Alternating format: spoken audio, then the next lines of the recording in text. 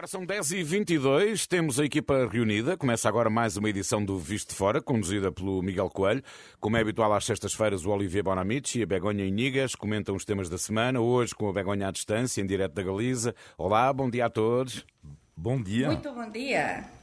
Espera aí, falta o Miguel Coelho, que já aqui está. Todas as semanas... Agora sim. Já me ouvem? Já. Muito bem. Dizia eu que, para além de saudar o Olivier e a Begonha, e a ti próprio, Paulino, saudava sobretudo quem nos segue todas as semanas aqui neste programa Visto de Fora, que aproveito para recordar que é uma parceria da Renascença com a Euronet, a rede europeia de rádios. Euronet Plus. E vamos começar pela situação na Ucrânia. Quase 3 meses depois do início da guerra, os combatentes ucranianos que resistiam no complexo de Azovstal, na cidade de Mariupol, no sul da Ucrânia, começaram a sair. Na versão da Rússia, os mais de 1.700 soldados renderam-se. A Ucrânia chama-lhes heróis e espera trocá-los agora por prisioneiros russos que têm em seu poder. Olivia, o que é que te parece? Qual é que vai ser o destino destes soldados? Como é que vão prosseguir? Se é que vai ser possível chegar a bom porto nas negociações? Vai ser complicado porque eu acho que a Rússia vai tentar... eu faço um paralelo entre o destino destes soldados e o julgamento do soldado russo, do jovem soldado russo na Ucrânia. Porque está a decorrer. Que está a decorrer. Porque a Rússia vai querer julgar por crimes alguns destes soldados ucranianos. Porque é preciso não esquecer que o objetivo, pelo menos que eles tiveram e venderam um unitário, a chamada desanificação, não é, da Ucrânia.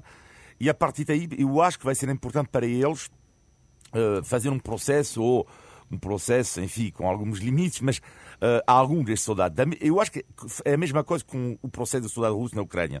Não estou a dizer, claro, que ele seja inocente, só estou a referir que é um processo que decorre durante o próprio conflito, o que é algo raríssimo, e, sobretudo, 3 meses após o início da guerra. Isto é um pouco surreal, porque a justiça é ótima que ela seja rápida, mas se calhar neste caso está a ser demasiado rápido. E eu confio muito mais na justiça internacional, porque de facto pode ser menos espetacular em si, mas cada processo, neste caso, deste soldado russo ou eventualmente de soldados ucranianos, é preciso tempo. É preciso ter uma defesa também competente, no mínimo, de democracia neste tipo de processo. E tu, Begonha, temes também que, enfim, os tribunais que vão julgar estes prisioneiros possam ser tendenciosos e o processo acabe, enfim, de uma forma que não seria a mais humanitária. Esperemos bem que não seja assim, não é? Porque então os direitos humanos ficaríamos sem direitos humanos e estamos na Europa. Sim, mas como bem recordou o Olivier, entre estes soldados que se renderam em Azovstal estarão membros do batalhão Azov, que de facto são considerados neonazis pelo regime de Moscou. Sim, mas qualquer pessoa em países democráticos tem direito a um julgamento xusto e a que neste caso se consideren como prisioneiros de guerra. Mas para mí o preocupante en todo isto é sin dúbida unha coisa, é que primeiro non temos xornalistas, por exemplo, na Rusia, non é? Neste momento, como xa comentamos neste programa, mas é que agora non vamos ter tampouco, ou tamén non vamos ter diplomatas, porque están a sair nestes últimos días, xa vimos como expulsaran da Rusia, non é? As persoas, os representantes dos nosos países en concreto, sim, de Espanha e de Portugal. Mantém relações diplomáticas com os diferentes países. Sí, mantén, mas expulsou, que é moito significativo, estas asesores consulares. Eso significa que cada vez vamos ter menos ollos na Rusia. Cada vez vamos saber menos o que acontece na Rusia. Estou a falar da parte dos prisioneiros ucranianos que se sen xulgados, por exemplo, neste caso, na Rusia, non é? O que formen parte dos seus prisioneiros. Então, vamos perder, non vamos saber o que vai acontecer. Para mí, ese é o principal problema, que nós europeos, da outra parte da Europa, porque eles também são europeus, não vamos ter olhos lá, não vamos saber o que acontece. Esse é o principal problema. E do ponto de vista militar, sei que nenhum de nós é especialista em estratégias militares, mas esta queda da fábrica de Azovstal, que se tornou, desde o início da guerra, um símbolo da resistência ucraniana,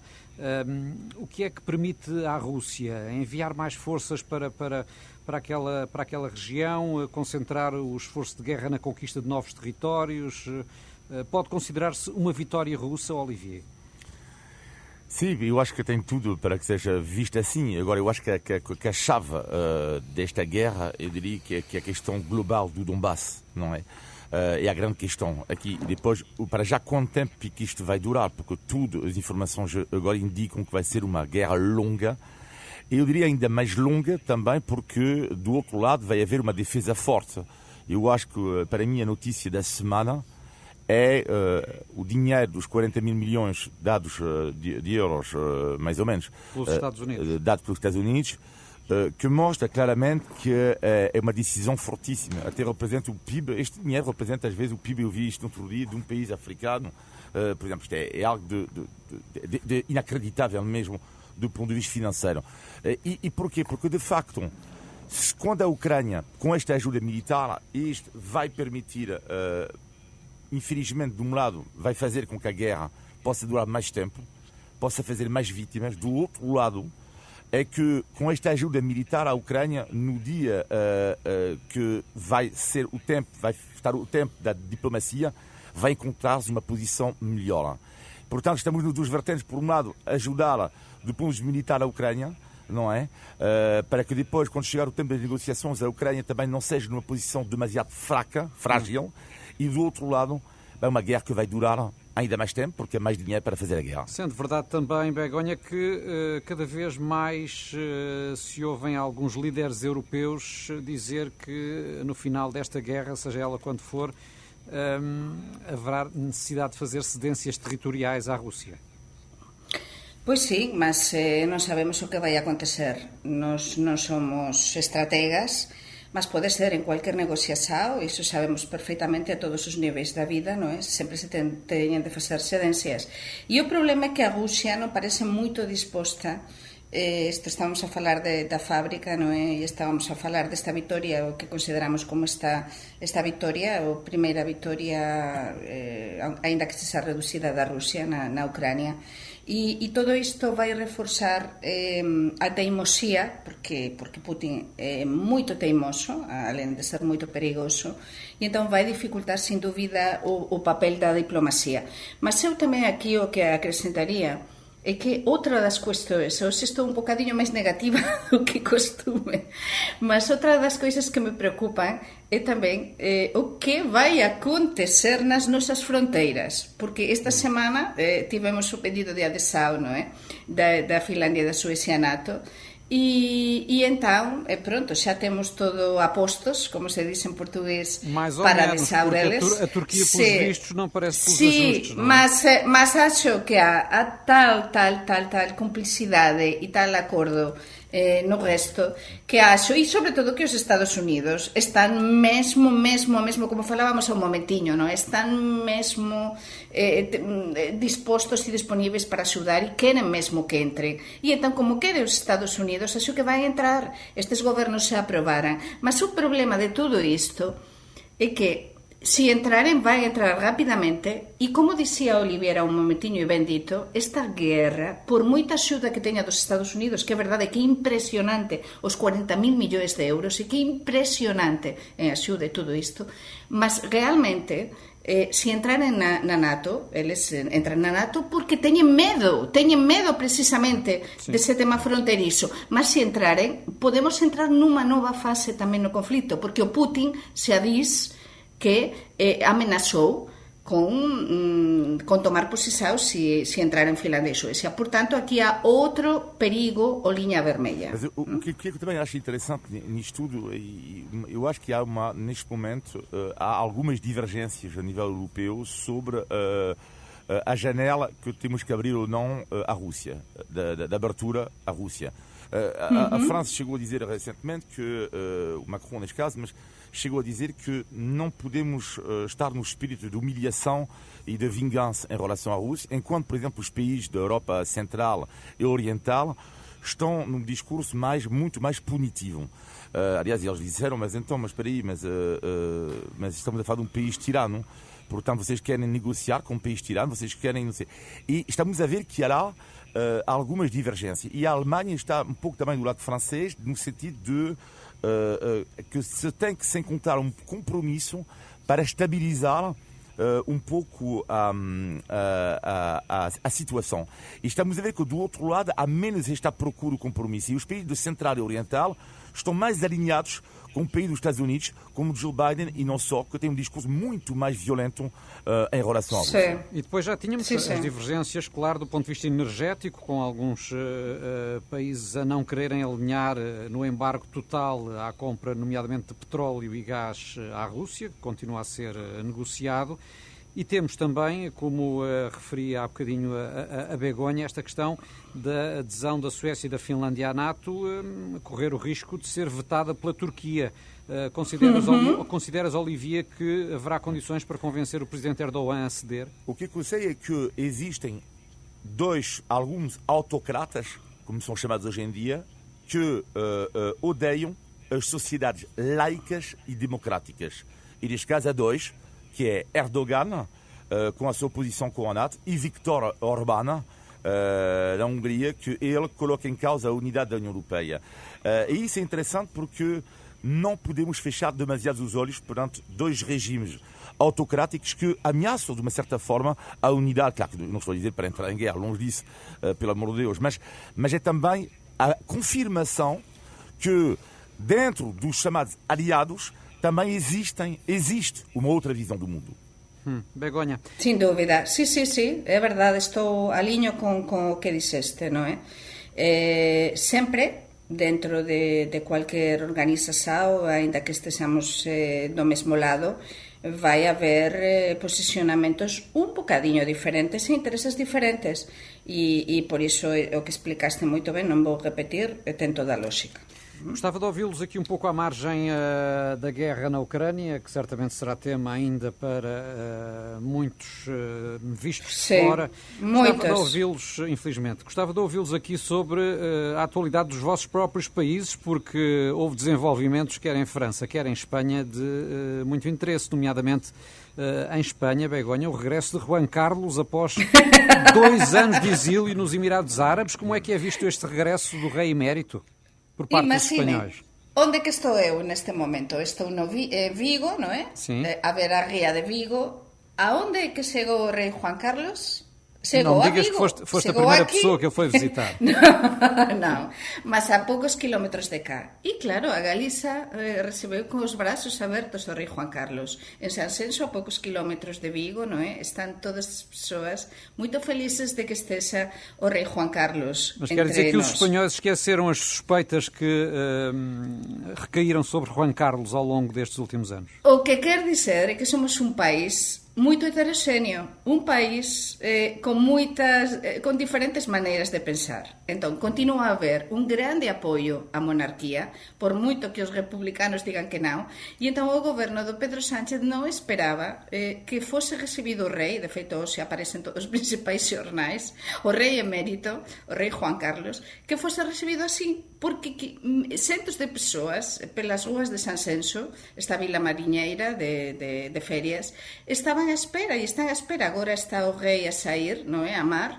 porque ele en principio vai acompañar unha regata do seu grande amigo Pedro Campos, onde está na súa casa. Sí. Mas aquí o que se demonstra e o que interesa aos nosos ouvintes é que há esta diversidade e, sobre tudo, que da parte do goberno español están incómodos, non fican confortáveis con a súa presenza e prohibiran que o rei Juan Carlos dormise na Sarsuela. Pronto, já sabemos, que Juan Carlos diz, completa só, por favor. Sí, só completo con que ele, en principio, non ten neste momento nada pendente con a xustiza, é dizer, ele foi livado, o caso foi arquivado, portanto, ele, en teoría, pode vir cá como cualquier outro cidadão, só que resulta incómodo para o governo e para alguns setores da sociedade espanhola. Mas bem recebido pela população, pelos vistos, de acordo com o relato aqui da Begonha, Juan Carlos. E da Galiza, como é que da foi, Galiza. na Galiza pelo menos, e como é que foi recebida em França, Olivier, a nova Primeira-Ministra, Elisabeth Borne, não é? A escolha de Macron, até que ponto é que poderá ser de facto um trunfo para as legislativas de junho? Não é uma pessoa conhecida da opinião pública, portanto, primeiro ponto. Segundo ponto, é uma mulher. E, portanto, isto, claro que é notícia, porque é apenas a segunda vez que existe uma primeira-ministra mulher em França. E terceiro ponto, que eu diria que é talvez o mais importante de tudo, é que uma pessoa que vem da esquerda, aliás, um pouco Macron gosta um pouco longe da esquerda, mas tudo bem. Mas Elisabeth Borne, ela vem da esquerda, e isso mostra uma viragem, pelo menos, de intenção de ter uma política um pouco mais à esquerda, nomeadamente com as questões ambientais e sociais. É isso que vai ser interessante, porque Macron sabe muito bem que as eleições legislativas, com o perigo para ele da esquerda, porque agora já é uma união da esquerda representada por Mélenchon, e, portanto, ele vai tentar, através de Elisabeth Borne, dar uma imagem. Vamos ver agora se, ao nível dos propósitos e tudo isso, haverá mais política social em França do que houve no primeiro mandato.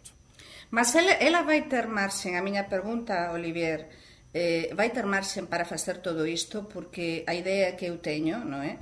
Pelo menos desde España, desde Portugal, é que os primeiros ministros na França, como é un regime tan presidencialista, non é? Están realmente como un cargo no que non teñen moito peso político. Ela conseguirá ter un certo peso político ou non? Isso é complicado, você tem razão, porque a França é uma monarquia escondida. Uma monarquia, assim.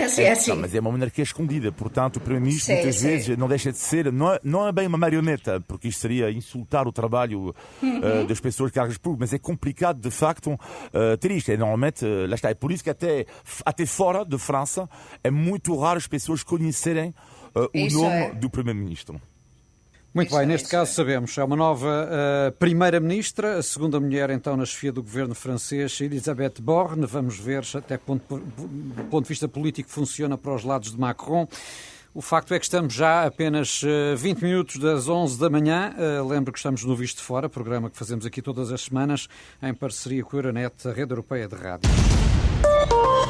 Euronet Plus. E temos de falar também de temas nacionais, por cá o tema escaldante do momento é o da chamada Lei dos Metadados, depois de uma decisão do Tribunal de Justiça da União Europeia de 2014.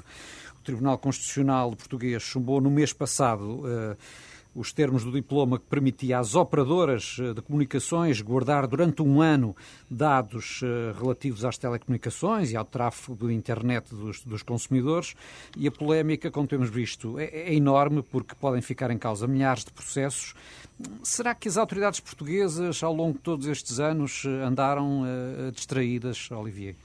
Bem, eu diria que não é só em Portugal. Portanto, estamos a viver num mundo completamente diferente de proteção de dados. Cada vez mais trabalhamos com o digital. E, aliás, esta polémica ela existe um pouco de forma diferente, mas existe na Bélgica, por exemplo, muito. E, de facto, aqui o que é importantíssimo é a fiscalização, porque temos absolutamente que saber o que está a acontecer com estes dados, com os nossos dados.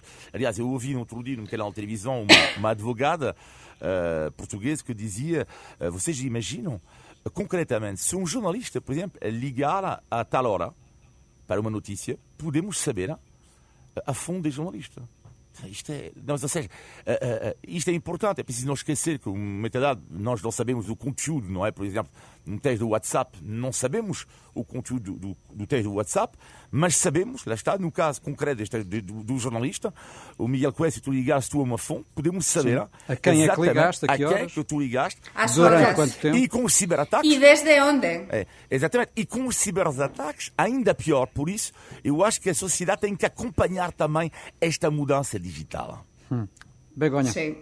Sí, sin dúbida, porque mas non só Portugal, falabas da Bélxica, no caso de Espanha é igual. Mas em Espanha também houve esta demora em adaptar a lei interna àquilo que foi a decisão do Tribunal de Justiça da União Europeia? Eu penso que sim, porque realmente, por moito que diga o goberno que se están a facer coisas, todos sabemos que os nosos dados están en maus, por exemplo, os dados nas maus das compañías, e non só, é que nos na internet os nosos dados están a circular alegremente, e a protección de dados é a grande asignatura pendente nos nosos países. Nós non somos conscientes, e acho que as novas eras soes aínda menos do que significa por cualquier coisa nosa nas redes sociais, e non só iso, que estamos a falar algo tan simples como os telefonemas, como os nosos dados, porque eses telefonemas, como indicaba Olivier, dan pistas de toda a nosa vida e de detalles que, se callar, nós non somos conscientes. Por iso é moito importante regularizar e regular de verdade isto. Sim, neste caso português, a questão é mais político-jurídica no sentido da demora, sim, em que, de facto, a justiça portuguesa só 8 anos depois é que está a discutir este processo. Claro, mas ainda não sem uma solução definitiva e sem se saber até que ponto é que isto não vai afetar de forma retroativa milhares de processos. Enfim, vamos ver como é que isto evolui. Ainda no plano da justiça, esta semana ficou também marcada pela morte de João Rendeiro. Acabou assim da pior forma este caso com o antigo banqueiro que estava preso na África do Sul a aguardar extradição para Portugal. E tivemos também notícias frescas de José Sócrates, que pelos vistos tem passado agora temporadas no Brasil, mas sem avisar a justiça portuguesa. Ainda se surpreendem com notícias como esta, que envolve José Sócrates e o facto de, pelos vistos, não estar a cumprir os avisos a que estaria obrigado pelas medidas de coação, dadas estas saídas que agora tem feito ao Brasil. Olivier. Eu vou... esta semana, uma vez que nós não tivemos programa na última semana... Sim, devido à transmissão das cerimónias de Fátima. Exato. Eu acho que dos dois casos, me permites, que o caso que mais me marcou foi a questão da morte do João Rendeiro. Bom, que é o seguinte. Eu fiquei super chocado com os comentários que eu li nas redes sociais, comentários que eu ouvi na televisão. E faço questão aqui de citar o escritor Luís Osório, numa rádio concorrente, que disse o seguinte, ele ficou escandalizado, porque ele disse, ninguém põe em causa, claro, a gravidade dos factos do Sr. João Rendeiro. Agora ficou chocado com os comentários das pessoas que diziam que ele devia ter uma morte mais lenta, etc. E ele diz uma coisa, Luís Osório, inacreditável. Olhamos, hoje em dia, para as figuras públicas como personagens da Netflix. E concordo plenamente. E a grande diferença entre um Estado democrático e um Estado que não o é os presos têm que ser tratados com dignidade. A democracia é exatamente isso. A democracia é isso. E a democracia também é respeitar, acho eu, uma pessoa morta. É a minha opinião. Sí, sin dúbida, porque falábamos antes dos direitos humanos, non é? No caso dos presos, na Ucrania, na guerra da Ucrania, dun lado e do outro, non é? Nos seus xulgamentos. Neste caso do João Rendeiro é un tema, é un caso de direitos humanos. Estamos habituados e criticamos as nosas prisoes, non é? Nos nosos países, mas é que non podemos ni imaginar, isto pus na palestra, as condições, sin ningún tipo de cuidado as que se ven sometidos os presos, non é? Neste tipo de prisoes fora dos nosos países, non é? Fora mas neste caso também não podemos esquecer que Rendeiro acabou por ser vítima dele próprio. E em relação ao caso Sócrates, tem algum comentário a fazer, rapidamente? Sí. No caso Sócrates, isto tamén indica que aquí está a fallar algo na justiza, é dizer, por que há persoas que están a facer o que queren? É dizer, aquí, para cualquier coisiña mínima, a cualquier cidadão, estamos super controlados. E neste caso, deste tipo de cidadaos, acho que os portugueses deberían ser conscientes de que há unha serie de persoas que parecen, entre aspas, quase intocáveis. Porque un señor como Sócrates, con o proceso que ten, agora que está a ser investigado e que está dentro dun proceso judicial, Ele que posa viaxar ao Brasil alegremente. A mí, sin dúbida, para mí, eu fiquei escandalizada. E tu, Paulino, acabaste por não falar de Sócrates. Não, é melhor não. Eu, por acaso, há uma coisa que eu acho um bocadinho estranha. É não haver cruzamento de dados, e há pouco falávamos dos metadados, em que qualquer cidadão que está impedido de sair do país, na alfândega do aeroporto, no computador não aparece logo a nota que essa pessoa não pode sair do país. Isso é que eu acho o coñecido que é o Sócrates. Sí, o Sócrates, todas as persoas coñecen a súa cara, aínda que leve uns óculos de sol. Se calhar já é uma consequência da polémica dos metadados, quem Às sabe. tantas. Vamos avançar, Miguel? Vamos avançar. Vamos ao visto de fora. Ao visto de fora, ao índice de pluralidade. Visto de fora. Bom Vamos dia, lá. Miguel Coelho. Bom dia. Índice de Tugalidade. Deixa-me cá pôr as minhas lunetas, que o Miguel Coelho escreve isto muito, muito pequenino. Bom, já sabem que a Olivia e a Begonha não escapam semana nenhuma à prova de português aqui no Visto de Fora, mas a verdade também é que temos que admitir que estão cada vez mais especialistas em descobrir o significado de expressões típicas da nossa língua. Antigamente era muito mais fácil apanhá-los em falso. Mas vamos lá tentar e eu acho que vamos conseguir. Olivia e Begonha, alguma vez lhes disseram que acabou-se a papa doce? Acabou a brincadeira. Claro, acabou a brincadeira? acabou xa, é o momento de pôr as coisas... Acabou a... O tempo bon, o tempo de que te damos a oportunidade, damos-te a oportunidade, tal, non. Agora é o momento de demostrar isto, é o momento de a sério, de ir a sério. A papa doce, o que é que ela faz, a papa doce? O que é que faz a papa Nota doce? que há alguma falta de É o convicção momento nas da verdade. explicações. Mas não estou muito longe. Não, estou muito longe. Olivia aproximou-se bastante. Disse que acabou-se a papa doce quando acaba alguma coisa boa, por vezes que não era inteiramente merecida. Por exemplo, quando acabam os privilégios de alguém que estava no poder, mas pode ser simplesmente quando chegam ao fim as férias, não é? Acabou-se a papa doce. E agora acabou-se o índice de Tugalidade por hoje. Ora bem. Índice de Tugalidade. Ainda antes de fecharmos, temos como sempre o positivo e o negativo da semana. Vamos ao negativo, Begonha. Pois o negativo ten a ver con as votaxoes do Suri español a Canção Portuguesa de Eurovisão. Mesmo. Eu fiquei moito triste. Eu estaba, por certo que eu estaba en Portugal a acompañar o Festival de Eurovisão con a miña familia, claro, fiquei moito feliz pela clasificación de España, pela actuación española, que foi impresionante, mas gostei moitísimo da Maro, e de feito gosto moito da Canção, e pareceme moito injusto que o Suri español, e de feito comentouse moito nas redes sociais, non dese un só voto, é dizer, dos 12 posibles votos, a Canção Portuguesa. Depois, o voto popular sí que deu 4, que para min é pouco. Vamos despachar. Mas unha pena, sin dúvida. É pena que não haja debate, porque eu discordo completamente disso. Mas é Não pena. temos tempo, não É temos pena, tempo. mas não temos tempo. A França, o ano passado, por exemplo, na minha opinião, devia ter ganho. O teu negativo, Olivia? O negativo tem a ver com a segunda vez que me acontece isto em Portugal, e por isso que eu falo disso, porque já não é um acidente, é a segunda vez num restaurante de anos, recentemente estive lá, éramos 10 ou 15, pouco importa, a conta de 200 euros. Ok. E no momento do pagamento, a pessoa que pagou, a gratificação do empregado estava incluída. 5%. Então, 200 euros eram 10 euros. E a pessoa vira-se para a pessoa que pagou e disse assim, a opção agora é sua, quer ou não que nós retiremos a gratificação. Acho horrível esta prática. Acho horrível. A escolha tem que ser da pessoa, mas não tem que ser imposta à partida. E esta tendência, esta mentalidade que é anglo-saxónica, acho péssimo e eu acho que não se adapta à mentalidade portuguesa. Nos Estados Unidos a gratificação já vem incluída na conta. Ora bem, o teu positivo, Begonha, muito rapidamente, porque o Oliveira ainda tem aqui um sonzinho.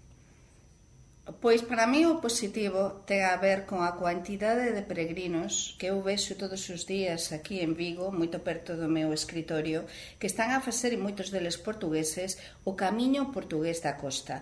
É un camiño belísimo, maravilloso, e con a chegada dun bon tempo está a ser descoberto.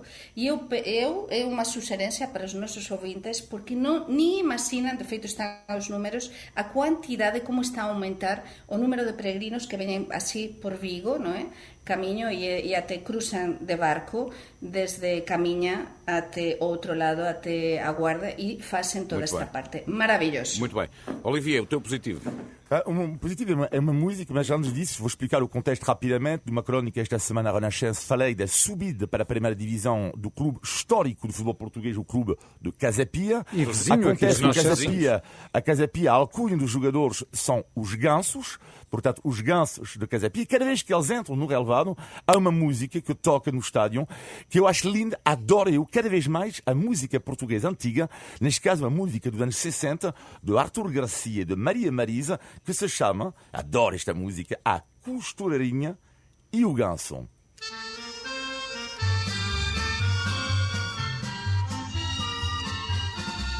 Minha Clarinha, costureirinha, és tão querida que eu chego a pensar. Gosto quando ela fala depois.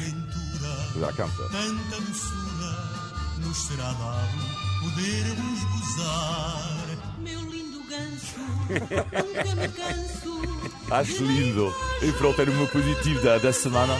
A música portuguesa dos anos 60, neste caso Maria Marisa e Artur Garcia. Eu acho que diz muito também do país de Portugal. Carita bonita. E ficamos a saber que o Olivier na próxima temporada lá estará nas bancadas, não é? A torcer pelo Casa Pia. Força, Olivier, força! Nas primeiras jornadas será no Estádio Nacional, não é? O Jamor. Porque está em obras o Estádio da Casa Pia. Ora bem, estamos no final de mais um Visto de Fora. Todas as semanas conversamos aqui sobre a Europa, Portugal e os portugueses. Podem enviar os seus comentários e sugestões para vistodefora@rr.pt. Olivier, Begonha, Miguel, bom fim de semana. Bom fim de semana, um abraço. Bom fim da semana!